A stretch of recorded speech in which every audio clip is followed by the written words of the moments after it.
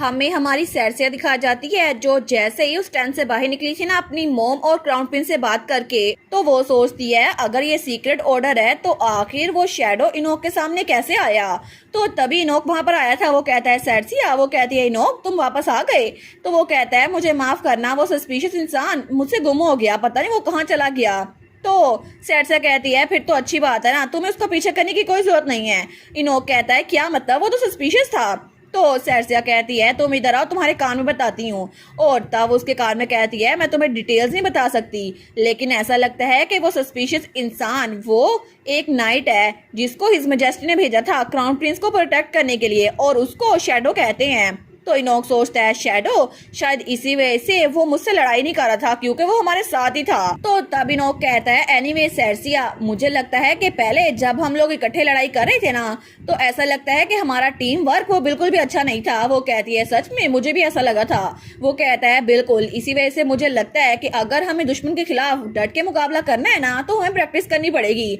वो कहती है ये बात तो सच है। वो कहता है तुम्हें क्या लगता है क्या हम इकट्ठे फाइट करें किसी दिन। तो सैरसिया कहती है तुम्हारा कहने का मतलब है कि हम दोनों इकट्ठे ट्रेनिंग करें। वो कहता है बिल्कुल अच्छे से प्रैक्टिस करेंगे ना, ताकि फ्यूचर में ऐसी कोई सिचुएशन बने तो हम लोग फिर से इकट्ठे मुकाबला कर सकें। तो सैरसिया कहती है श्योर व्हाई नॉट, लेकिन मसला ये है कि हम ट्रेनिंग ग्राउंड कौन सा यूज करें। अगर मैं तुम्हारे ट्रेनिंग ग्राउंड में गई ना तो ग्रे नाइट्स वो मुझे वहां जाने नहीं देंगे। तो हमारा इनोक भी कहता है बिल्कुल अगर सैरसिया मैं तुम्हारे ट्रेनिंग ग्राउंड में गया ना तो एम्बलम नाइट्स मुझे छोड़ेंगे नहीं। तो सैरसिया कहती है क्या मतलब छोड़ेंगे नहीं। वो कहता है एनीवेज मुझे लगता है कि एक बार ये सब्जुगेशन ओवर हो जाए ना तो फिर हम लोग दोबारा प्रैक्टिस कर सकते हैं। सैरसिया कहती है ठीक है जैसे तुम कह रहे हो, लेकिन वो सोचती है तुम्हें तो ग्रेटफुल होना चाहिए इनोक, कम अज कम हम तुम लोग के खिलाफ बातें तो नहीं करते ना जैसे तुम लोग करते हो। लेकिन वो सोचती है ऑनेस्टली आजकल तो मुझे सही से पता चल गया है कि एम्बलम और ग्रे एक दूसरे के दुश्मन है और हम लोग तो इकट्ठे कभी काम कर ही नहीं सकते। तो वो जाते हुए कहती है एनीवेज हम सब्जुगेशन के बाद बात करते हैं क्योंकि मुझे लगता है कि सिर्फ एक हफ्ता ये सब्जुगेशन चलने वाली है। वो कहता है ऑल राइट। और तब वो लोग अपने अपने टेंट में वापस जा रहे थे। वो सोचती है आखिर हमें ट्रेनिंग ग्राउंड देगा कौन, लेकिन हमारी ग्रोथ के लिए हमें छुप के ट्रेनिंग तो करनी पड़ेगी। और अब ये सब्जुगेशन मिशन इसने मुझे रियलाइज करवा दिया है कि मेरी मॉम और इनोक की मॉम डेना दोनों ने मिलके हार्मनी के लिए क्या कुछ किया है। और सच में क्या कोई ऐसा दिन आएगा कि ग्रे और एम्बलम नाइट्स इकट्ठे मिलकर फाइट करेंगे एक दूसरे के खिलाफ नहीं। लेकिन अगर हमें ग्रे नाइट्स और एम्बलम नाइट्स को इकट्ठे करना है तो मुझे लगता है कि मुझे इनोक के साथ बना के रखनी पड़ेगी और शायद इसी वजह से मुझे अपना प्राइड साइड पे रखना पड़ेगा। मुझे लगता है ये तो डिफिकल्ट टास्क है। और उसके बाद वो अपने कैंप में चली गई थी। लेकिन तभी इनोक को पीछे मुड़कर देखता है। वो सोचता है अगर हमें फ्यूचर में कुछ अच्छा करना है ना, हमें एम्बलम और ग्रे नाइट्स को इकट्ठा रखना है तो मुझे सैरसिया के साथ मिलकर फाइट करनी पड़ेगी। और दोनों एक ही बात सोच रहे थे। लेकिन उसके डायरेक्ट हमें 5 सालों बाद का सीन दिखा जाता है और एम्बलम स्टेट। तो वहां पर कोई चिल्ला कहता है कमांडर। और तब वो लड़का दरवाजा खोलते हुए कहता है कमांडर क्या आप अंदर हैं। तो सैरसिया अंदर बुक पढ़ी थी। वो बुक बंद करते हुए कहती है हाँ बोलो, पूरे की पूरी स्टेट तुम्हारी आवाज सुन सकती है जैक, आखिर हुआ क्या है। और सैरसिया वो 23 साल की हो गई थी और अब वो acting commander of Emblem Knights बन चुकी थी और उसके बाल भी लंबे हो गए थे। तो जैक कहता है फाइनली आ गया, वो इनविटेशन आ गया जिसका हमें इंतजार था। वो कहती है मेरे पास पहले ही बहुत सा इनविटेशन है, इतना मसला क्यों खड़ा किया हुआ है तुमने। वो कहता है मेरे पास कोई चॉइस नहीं थी ना इतना मसला खड़े करने की, क्योंकि बात ये ऐसी है ये इनविटेशन खास है। वो कहती है क्या मतलब खास है। तो जैक कहता है ये इनविटेशन हमें कॉन्टिनेंटल एकेडमी ग्रेजुएशन सेरेमनी का मिला है। ये वही स्कूल है जो कि सर इनोक ने सब्जुगेशन के बाद अटेंड किया था और अब पूरे 5 सालों बाद वो ग्रेजुएट होने वाले हैं। तो तब सैरसिया सोचती है बिल्कुल ऐसा ही हुआ था क्योंकि मेरे कहे मुताबिक वो सब्जुगेशन एक हफ्ते में कंप्लीट हो गई थी और उसके बाद मैं तो एम्बलम नाइट्स की एक्टिंग कमांडर बनने में बिजी थी। लेकिन इनोक ने एकेडमी को ज्वाइन कर लिया था और पूरे 5 सालों बाद वो ग्रेजुएट होने वाला है। तो उसका नाइट कहता है इसलिए मैंने फिगर आउट कर लिया कि आप पूरा दिन मेल बॉक्स के चक्कर लगाती रहती है ना, शायद आप इसीलिए ये सब कुछ कर रही थी क्योंकि आप सर इनोक को मिस कर रही थी और आपका कहना था आज भी कोई रिप्लाई नहीं आया। क्या मैं गलत कह रहा था। तो सैरसिया सोचती है ये क्या सोची जा रहा है, मैंने ऐसा कुछ भी नहीं किया। लेकिन तब वो कहती है फाइनली। तो जैक कहता है क्या मतलब कमांडर फाइनली। वो कहती है फाइनली वो ग्रेजुएट हो रहा है। वो तो खुशी के आंसू रो रही थी। तो तब जैक भी ताली बजाते हुए कहता है बिल्कुल कमांडर, सच में मुझे मुझे पता था कि आप सर इनोक को मिस करेंगी, लेकिन हमारी ओन कहती है मेरा केन वो ग्रेजुएट हो रहा है। वो कहता है क्या केन, आखिर किसकी बात कर रही हैं आप? लेकिन दूसरी तरफ हमें इनोक दिखा जाता है जो कि हालवे में से गुजर रहा था, तो उसके पीछे एक लड़का आता है। वो कहता है सीनियर एक मिनट रुके सही, सीनियर इनोक। और तब वो इनोक के पास आते हुए कहता है प्लीज मेरी बात सुने। और वो था केन। वो कहता है मैं अभी भी समझ नहीं पा रहा, आखिर मैं ग्रे नाइट्स को ज्वाइन क्यों नहीं कर सकता? क्या ये इस वजह से है क्योंकि मैं एक कॉमनर हूँ? और उस लड़के का नाम केन था जो कि 22 साल का था और वो कॉन्टिनेंटल एकेडमी के टॉप पर था अपनी क्लास में। तो वो कहता है ग्रे नाइट्स तो नोबेलिटी को सिंबलाइज करते हैं, शायद मैं एक कॉमनर हूँ, शायद इसी वजह से मैं आपके ग्रे नाइट्स को ज्वाइन नहीं कर पा रहा। तो इनोक कहता है मैंने तुम्हें पहले ही बताया था रिक्रूटमेंट प्रोसेस उसमें मैं इन्वॉल्व नहीं हूँ, तो मुझे पता नहीं था।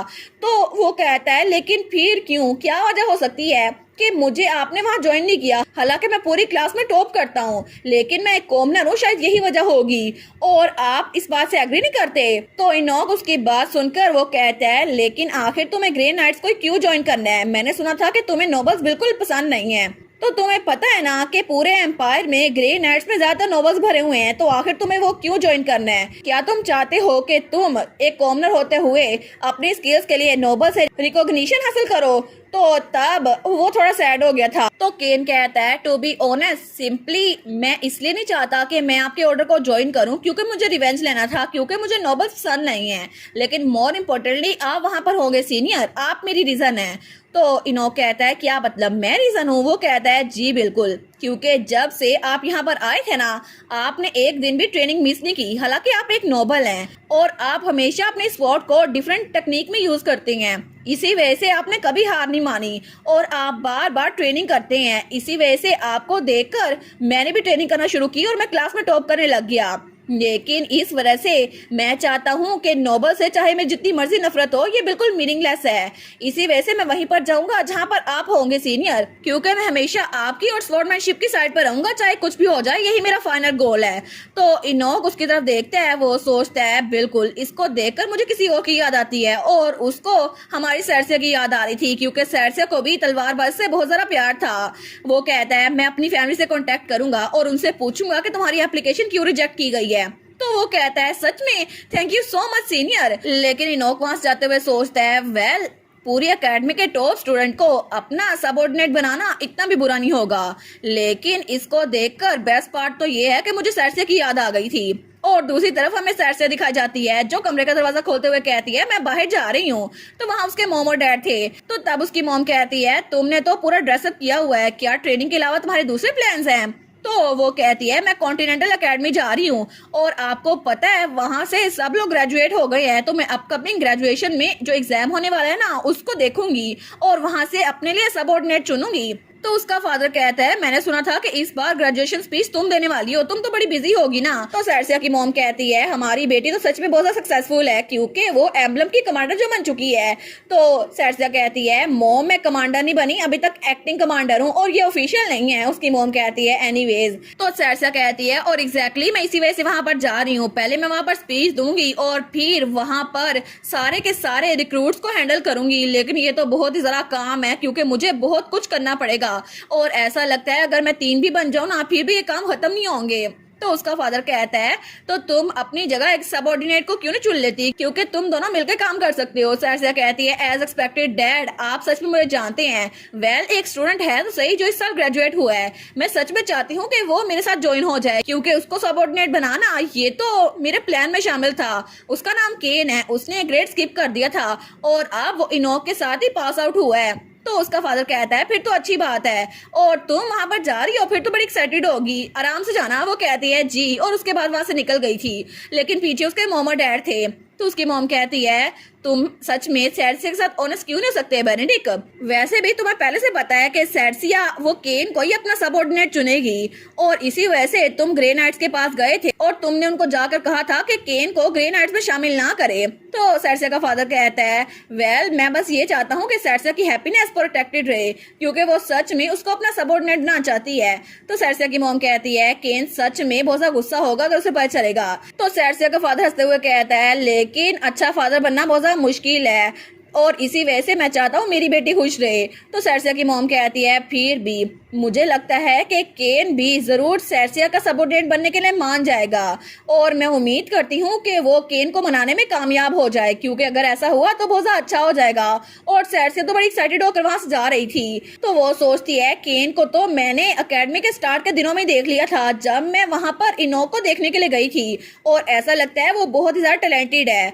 और अगर वो मेरे साथ मेरा सबऑर्डिनेट बन के काम करता रहा ना तो फिर एम्बलम नाइट्स तो बहुत ज्यादा तरक्की करने वाले हैं। लेकिन बेचारे केन को ये पता नहीं था कि उसकी एप्लीकेशन ग्रे नाइट्स में सिर्फ इसी वजह से रिजेक्ट हुई है क्योंकि उसे एम्बलम नाइट्स में चुना जाना था। लेकिन जब उसे पता चलेगा ना तो उसको तो बहुत ही ज्यादा गुस्सा आने वाला है। और इसी के साथ ये वाला पार्ट यहीं पर ख़त्म। तो आप लोग बताइएगा आप लोग को ये पार्ट कैसा लगा, और वीडियो को लाइक और चैनल को सब्सक्राइब लाजमी कीजिएगा। बाकी वीडियोस का लिंक भी स्क्रीन पर नज़र आ रहा होगा, तो काइंडली उनको भी चेकआउट कर ले। और thank you so much for watching my videos. Stay safe, bye bye.